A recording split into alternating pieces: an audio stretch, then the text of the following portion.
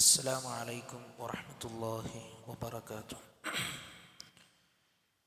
بسم الله الرحمن الرحيم. الحمد لله والصلاة والسلام على رسول الله وعلى آله وصحبه أجمعين.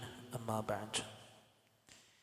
ഏറെ സ്നേഹം നിറഞ്ഞ സത്യവിശ്വാസികളെ, സഹോദരങ്ങളെ, അള്ളാഹുവിനെ സൂക്ഷിച്ചുകൊണ്ട് അവന് വഴിപ്പെട്ടുകൊണ്ട് ജീവിക്കണമെന്ന് സ്വന്തത്തെ മറക്കാതെ ഉപദേശിക്കുന്നു, ഗൗരവപൂർവ്വം വസീയത്ത് ചെയ്യുന്നു.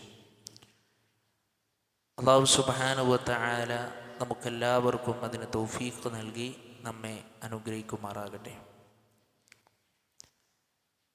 വിശുദ്ധ ഖുർആനിൽ അള്ളാഹു സുബ്ഹാനഹു വ തആല പല സ്ഥലങ്ങളിലായി നമ്മളോട് ഇസ്രാഫ് പാടില്ല എന്ന് പറഞ്ഞിട്ടുണ്ട്. അഥവാ അമിതത്വം, അതിരുകവിയൽ എന്നുള്ള അർത്ഥതലങ്ങളിൽ വിശുദ്ധ ഖുർആനിൽ പലയിടങ്ങളിൽ നമുക്ക് കാണുവാൻ കഴിയും. അല്ലാഹു സുബ്ഹാനഹു വ തആലയുടെ നിയമ പരിധികൾ കടക്കുന്നത് പോലും ഇസ്രാഫിൽ പെട്ടതാണ്. വിശുദ്ധ ഖുർആനിൽ അല്ലാഹു സുബ്ഹാനഹു വ തആല പറയുകയാണ്, വകുലു വശ്റബു വലാ തുസ്രിഫു,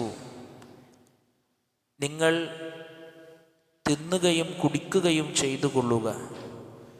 വലാ തുസ്രിഫു, എന്നാൽ നിങ്ങൾ ദുർവ്യയം ചെയ്യരുത്.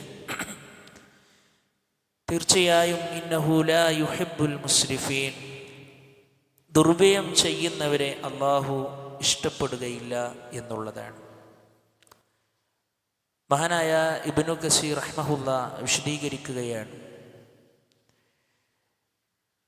നിങ്ങൾ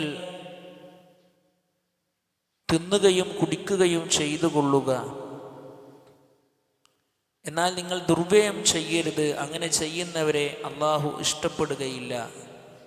ഈ ദുർവ്യയം ഭക്ഷണപാനീയങ്ങളിൽ എന്നുള്ളതാണ്.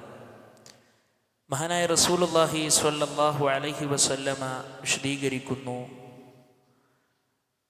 കുലു വശ്റബു, നിങ്ങൾ തിന്നുകൊള്ളുക, കുടിച്ചുകൊള്ളുക.